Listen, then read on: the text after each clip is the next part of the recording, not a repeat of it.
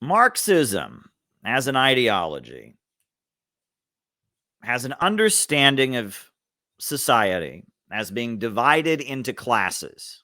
You have the capitalist class, the bourgeoisie, the owners of the means of production, and you have the proletariat, the working class, those who do not own the means of production. And it argues that there is a struggle between the proletariat and the capitalist class. The capitalists, because they own the means of production, are operating the means of production in order to make profits. That we live in an era called imperialism, which is capitalism in its monopoly stage. And capitalism in its monopoly stage means that there are huge multinational corporations, banks, giant oil companies, etc., that are dominating the world, trying to hold back development so they can stay wealthy. That's imperialism. Imperialism. This is the basics, right? And this is kindergarten communism, right? When you're in kindergarten, you learn that that is red, that is blue, that is purple. You learn your letters, you learn your numbers, you learn, basics, right? That's an apple. That apple is red. There is one apple. Apple starts with the letter A. That's kind of basic. All right, that there is the capitalist class, there's the working class. They struggle with each other. We live in the era of imperialism, which is capitalism in its monopoly stage. So it's not just regular capitalism, it's imperialism, monopoly capitalism. This is pretty basic stuff. But just knowing that will not help you completely understand the world. That's a pretty basic analysis.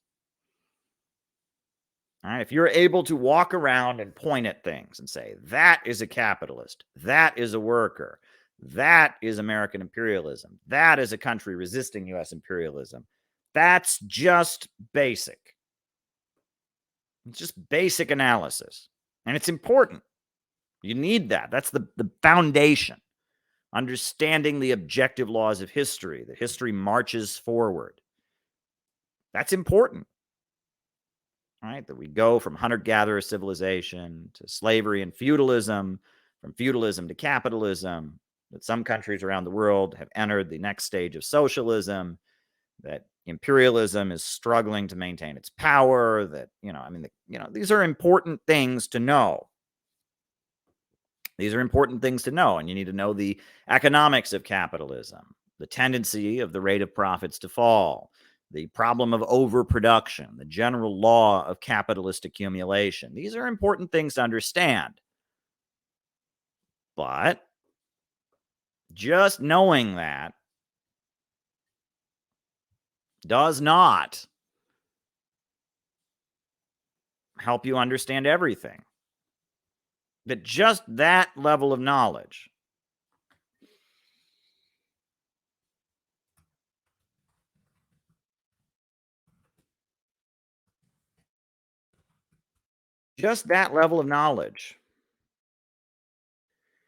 doesn't really give you the keys to understand things. Right? You look at what's going on in the United States. January 6th. What was going on there? Donald Trump was maintaining he still won the election. There were people running around the Capitol, the FBI. What was going on there? Congresswoman Tulsi Gabbard, a member of the U.S. Armed Forces, a congresswoman from Hawaii, a Democrat, was saying the truth about Syria, was warning about the danger of war with Russia. She was a Democrat. Now she's out of Congress. Now she's a Republican, or she's an independent, but she's on Fox News. She sounds much more conservative. What's going on there? We have sections of the ruling class that are dragging other sections of the ruling class before congressional committees. We have sections of the ruling class, members of the capitalist ruling elite, that are imprisoning other sections of the capitalist ruling elite. And if we just understand it in terms of, well, Caleb, there's the capitalist class, those who own the means of production, then there's the working class, and we live in a monopoly. If you just understand that, you won't understand what is happening. There are clearly divisions among the elite. And this is where the term quote unquote conspiracy theory gets weird. If you listen to a lot of the conspiracy stuff, Alex Jones and right-wing conspiracies, you get the idea that there's one grand plan. There's one grand design that all the ruling class are on the same team.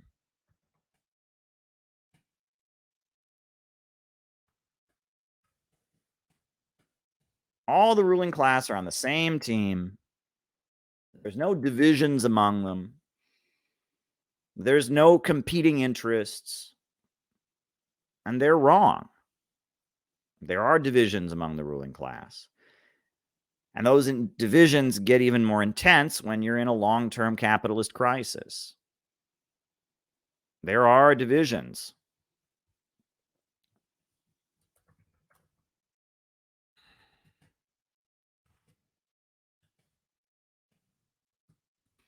There are divisions among the ruling class. No, it's not all one grand design. There's not some secret group of controllers who are sitting up there on their thrones and they have it all under control. No, if that was the case, things would be working out much more easy. There would be a lot more stability in society. It's pretty clear that there isn't some grand designer. There isn't some faction that has all the power and is secretly controlling everything. There isn't such a thing. There are big divisions among the rich and powerful, and they are scrambling to try and stabilize their system. And when you understand there are divisions in the ruling class, that opens up interesting conversations. Now, there have been different theories about divisions among the ruling class put forward by different conspiracy kind of people. I think Aleister Crowley, who is the occult conspiracy theorist, he was one of these right-wing occultist mystics back in the early 20th century. He told his followers that there was a secret group of wizards, the white wizards and the black wizards, and they were fighting with each other, and that World War I was actually a fight between the black wizards and the white wizards. And he also maintained that the Church of the Holy Grail, the hidden church that worshiped the Holy Grail, was like secretly among the elite. There was some secret church, the hidden church that followed the Holy Grail. That was malarkey, obviously. But it was a way to try and explain to his followers that there were divisions in the ruling class, and that people could clearly see in the lead up to World War I that there was, a big division among the elites of the world, and that they were not all on the same team. And so Aleister Crowley wrote this whole novel called Moonchild, all about how the white wizards were secretly infiltrating the government and fighting against the black wizards that were secretly infiltrating the government. That was his way of explaining it in this kind of fairy tale, Harry Potter sounding, QAnon sounding story.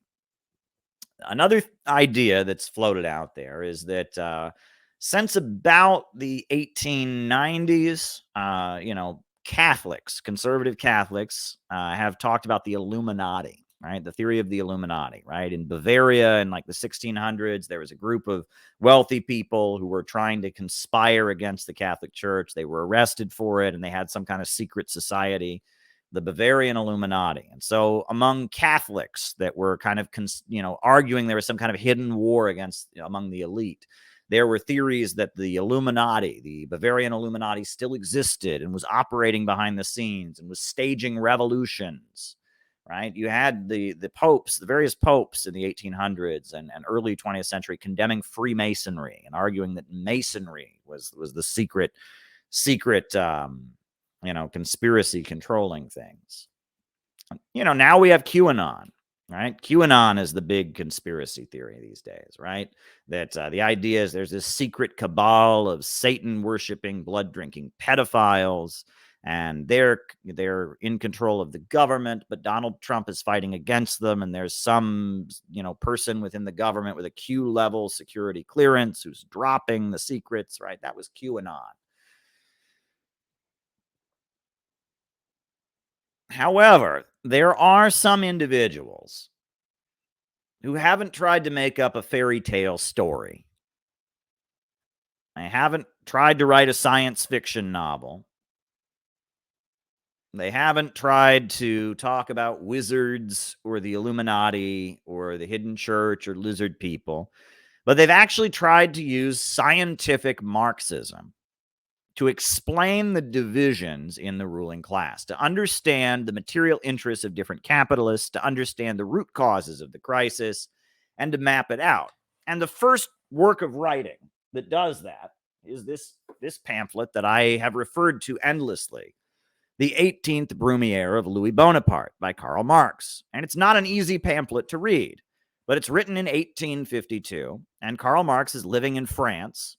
And in France, the elected government, the Republic, was overthrown by Napoleon's nephew. Napoleon's nephew, Louis Bonaparte, got together with the military and he overthrew the government. And he established a new empire, the new French Empire, which was like a military dictatorship. And Karl Marx was living there, and he had to explain what was going on. Why was it that many of the wealthiest people in France were fleeing the country? And this military strongman had taken over. And this military strongman was using revolutionary languages, claiming he was continuing the legacy of the French Revolution. And many of the capitalists were fearing for their lives. However, Louis Bonaparte was no socialist either. There were clearly divisions in the ruling class. And the scientific understanding that Marx puts forward in this pamphlet of the different factions in the ruling class, the rebellions of the working class, the socialist revolts that were taking place in France at the time, the economic crisis, the instability in society, all of this necessitated divisions in the ruling class and some kind of authoritarian strongman seizing power and taking control. And Marx, Marx gives us the vague understanding. It's not very clearly spelled out, but it's a vague understanding that he puts forward in this pamphlet of Bonapartism, which is the notion that amid a capitalist crisis, different sections of the ruling class fight with each other for control of the state. And they attempt to use the state to stabilize the capitalist economy, and that they, in some cases, and in many cases, enter alliances with the working class or with other classes to try and stabilize the society and suppress other sections of the capitalist class. Right? And this is Marx basically using his Marxist scientific understanding to analyze what was happening in France. Why did France become a military dictatorship? Why did the Party of Order, the conservative political party that included some of the wealthiest capitalists in France, have to flee the country? Why were there riots in the streets? What was going on? And where was the Society of December 10th, these mobs of desperately poor, crazy hippies that were mobilized in the streets, and what was going on? This is Marx understanding this. Later, 1935, during the Great Depression, Georgy Dimitrov, the leader of the Communist International, who had been a political prisoner in Nazi Germany. The Nazis had arrested him and tried to blame him for burning the Reichstag, and he was freed. He did a very good job defending himself in his show trial. The Nazis gave him a show trial, and he was articulate enough that he was actually able to kind of turn the tables. And the Nazis ultimately ended up having to free Dimitrov, and Dimitrov went to the Soviet Union after the Nazis freed him. And in the Soviet Union, Georgy Dimitrov in 1935 gave a very important presentation to the 7th World Congress of the Communist International.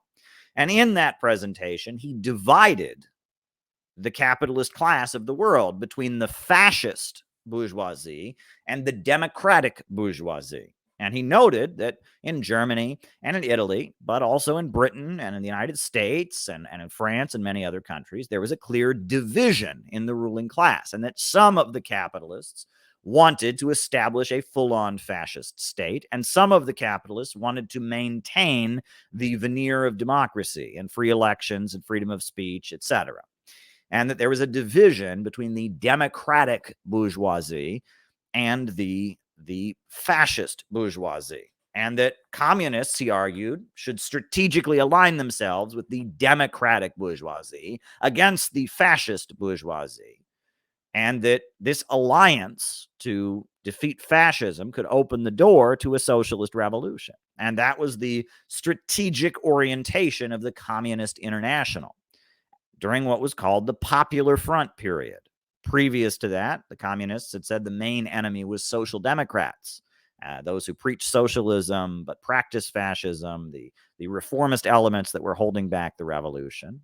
But at the 7th World Congress of the Communist International, the communist movement maintained that no, the main danger was fascism.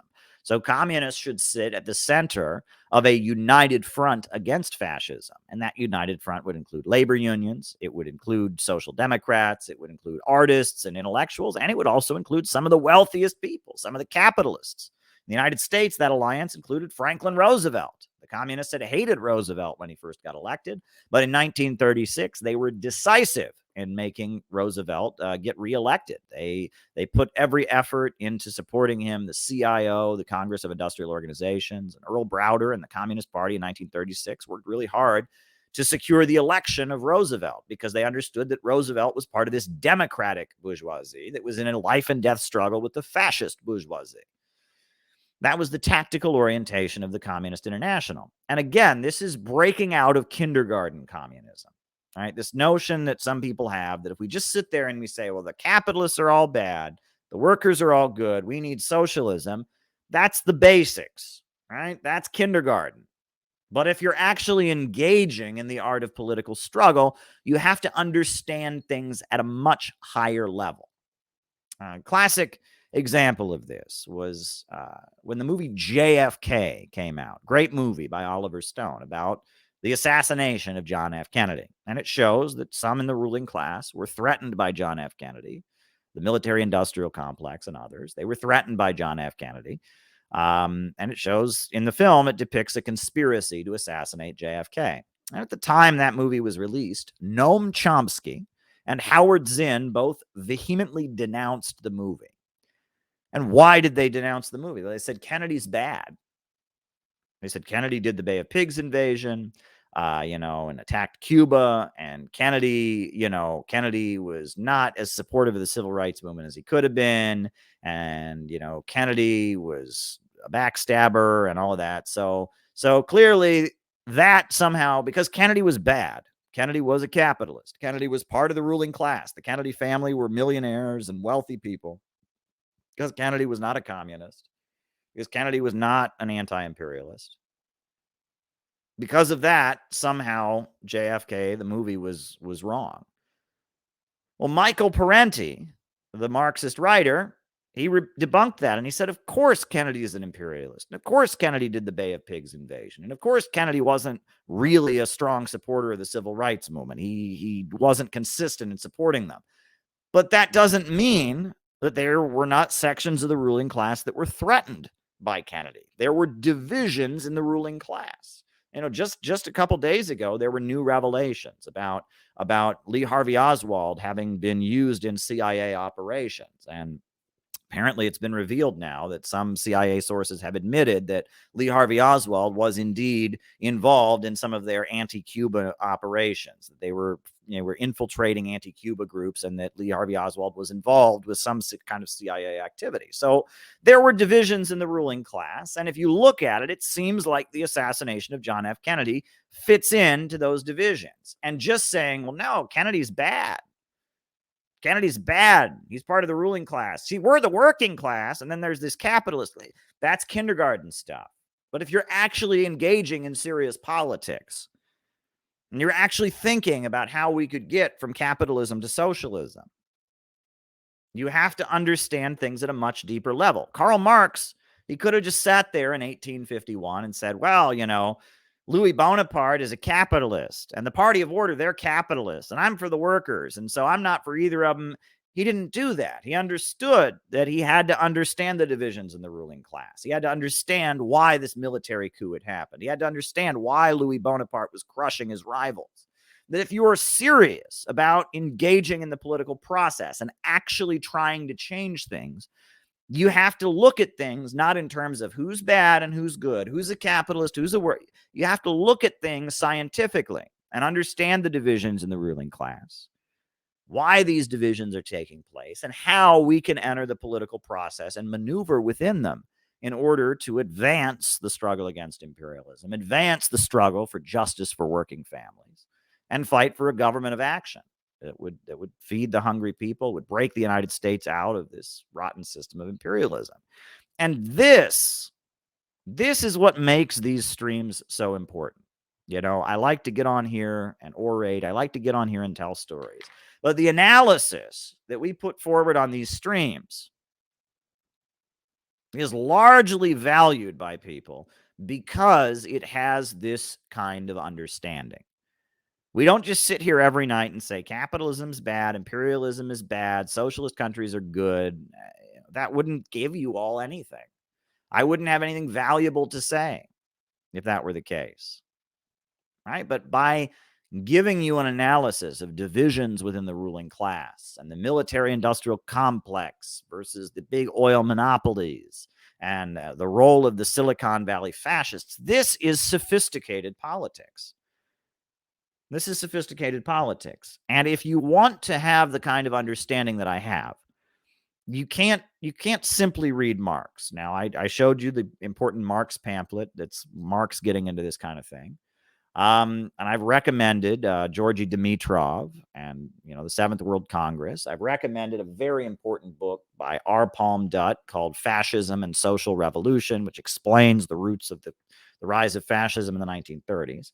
But there are a number of other books that I will recommend. If you want to develop the kind of understanding of the divisions in the ruling class, to do the kind of analysis that I do, there are a number of books that I would recommend.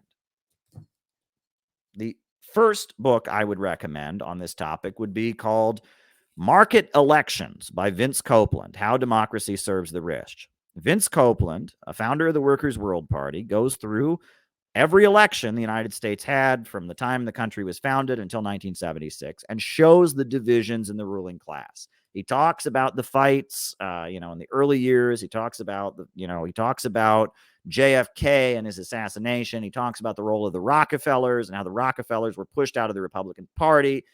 It goes all the way up to the election of Jimmy Carter in 1976. It's election by election. He gives you analysis, and he pays attention to different sections of the ruling class. He talks about the Ku Klux Klan and how they were used by Wilson in a power struggle within the Democratic Party. This is very good analysis. Another book that I would recommend, which is a very clear articulation of the understanding that I've drawn heavily from, is called The Yankee and Cowboy War by Carl Oglesby. And it explains the events of the 1960s, the death of Kennedy, the impeachment of Richard Nixon, in the context of a fight between what he calls the Yankees and the Cowboys. And the Yankees are the Eastern establishment, the Rockefellers, the big oil money that's in with the CIA, and the Cowboys are the military-industrial complex and the lower-level capitalists who do business with them, Howard Hughes and others. And this book is very important, and you can find a PDF of it online. The whole book is available online. And this book, Carl Oglesby, a leader of Students for a Democratic Society, wrote this book explaining the divisions in the ruling class that led to the death of Kennedy, the impeachment of Nixon, etc. In addition, this is a book that was written. This guy is definitely not a Marxist, but it's quoted in the Carl Oglesby book. It's called The Anglo-American Establishment by Carroll Quigley. And Carroll Quigley was a mentor of Bill Clinton. He was a political science professor. And he wrote this book basically spilling the beans and saying that the British government and the British Empire and the Eastern old money interests have a block of power in America. And that he calls it the Anglo-American establishment, the old money.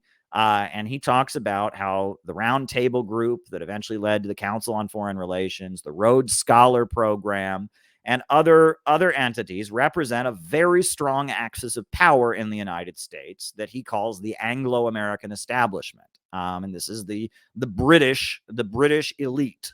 And how they are in a power struggle against the lower level, against the military-industrial complex. They feel that the military-industrial complex is messing up their plans, and that there's a push and pull between the military-industrial complex and the industrial capitalists and the Anglo-American establishment. Carroll Quigley is somebody who, again, anyone could write a book like this, but Carroll Quigley, a mentor to Bill Clinton, a very prominent academic in the United States, for him to say this, he was spilling the beans. And what's crazy is he says he supports them. He says he supports the Anglo-American establishment, and he agrees with them, and he thinks they're the good side, but it's worth pointing out that they exist. And he wrote a much bigger book that's 1,000 pages long called Tragedy and Hope, making a similar case. So this is Carroll Quigley. He makes these arguments. Another writer that I've drawn heavily from in this analysis is Lyndon LaRouche, and that's why I recommend Lyndon LaRouche's writings. This book, There Are No Limits to Growth, where he talks, drawing from Carroll Quigley, drawing from Marx, drawing from other writers, he talks about a section of the ruling class that is committed to degrowth, and the Club of Rome, and the role that they're playing in the world, and how they line up with Ronald Reagan. And I recommend reading Lyndon LaRouche. You also, another good book by Lyndon LaRouche is called So You Want to Learn About Economics, and I recommend that as well. Lyndon LaRouche wrote a book about the neoconservatives and the roots of the neoconservative movement called Children of Satan. I would recommend that as well. Another book that I would recommend on this topic is called Generals Over the White House by Sam Marcy.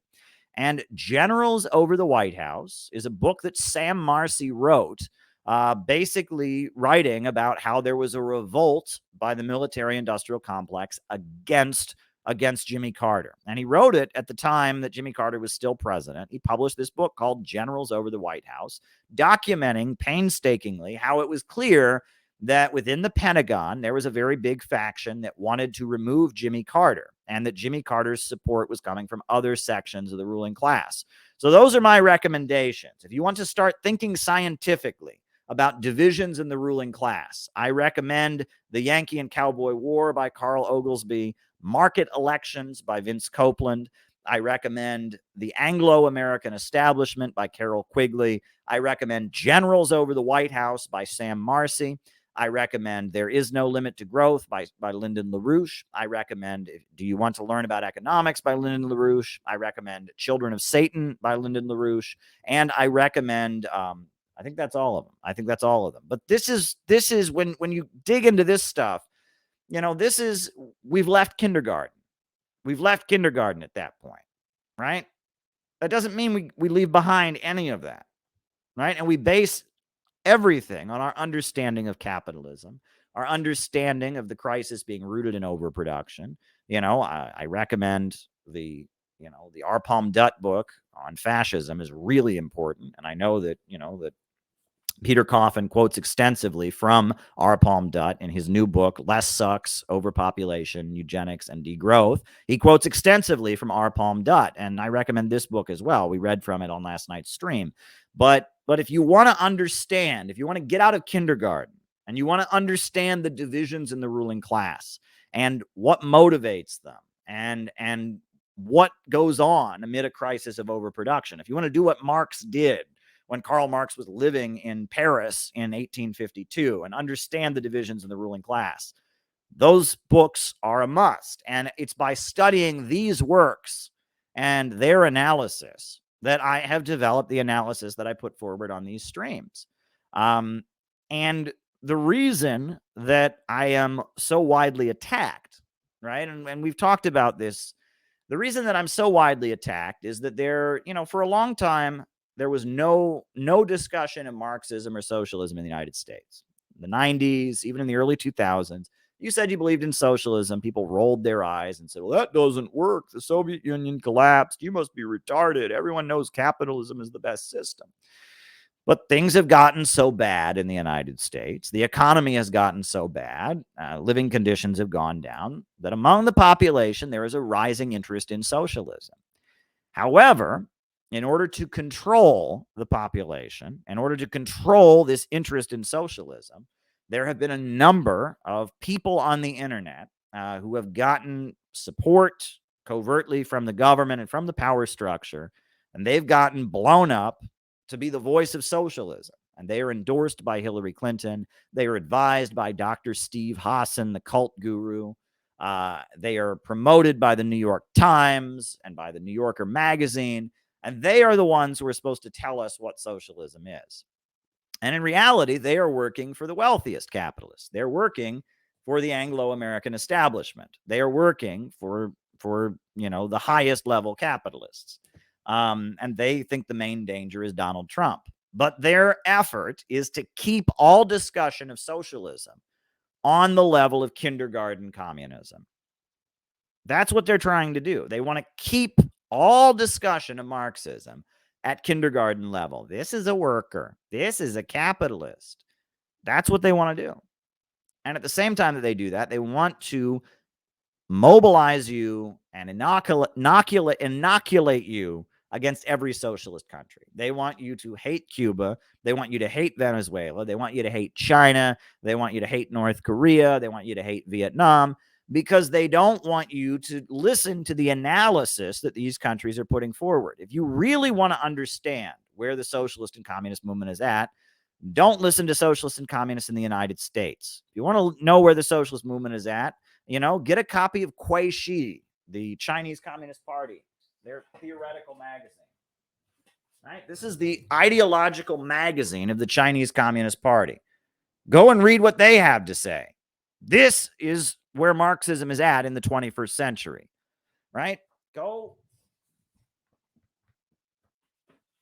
and read some of the publications that we've seen that have come out from Venezuela and from Nicaragua and from Cuba. Read some of the papers that have been presented at conferences. Listen to what's being said at the Valdi Discussion Club in Sochi, Russia.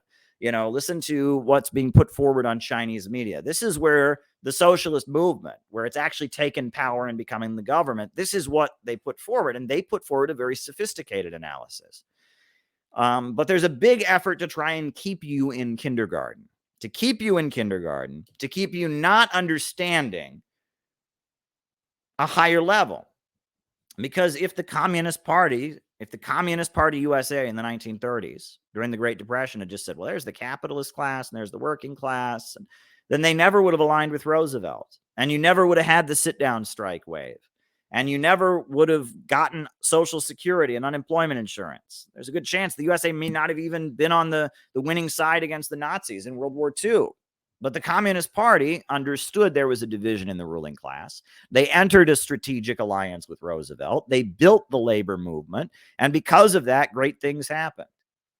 And, Abraham Lincoln, if the Marxists in America just said, well, the slave owners in the South, they're capitalists. They're making money from exploitation of their slaves. And, and the industrial capitalists in the North, they're capitalists. If they had just said that, why the Marxists would never have been able to intervene in the U.S. Civil War.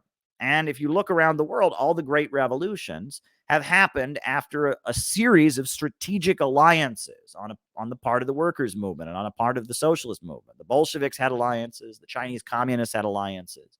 And if you just sit back and you ignore the divisions in the ruling class and you just make it all, well, there's the capitalists here and the workers here. If you stay in kindergarten, you're never going to get anything done, right? That yes, you need to know the basics. Yes, you need to go to kindergarten before you go to second grade and third grade and fourth grade before you go to high school. But if you're serious about actually getting us to socialism, if you're serious about actually being an anti-imperialist organizer and standing in solidarity with the countries around the world that are resisting Western capitalism, you have to have a more sophisticated understanding.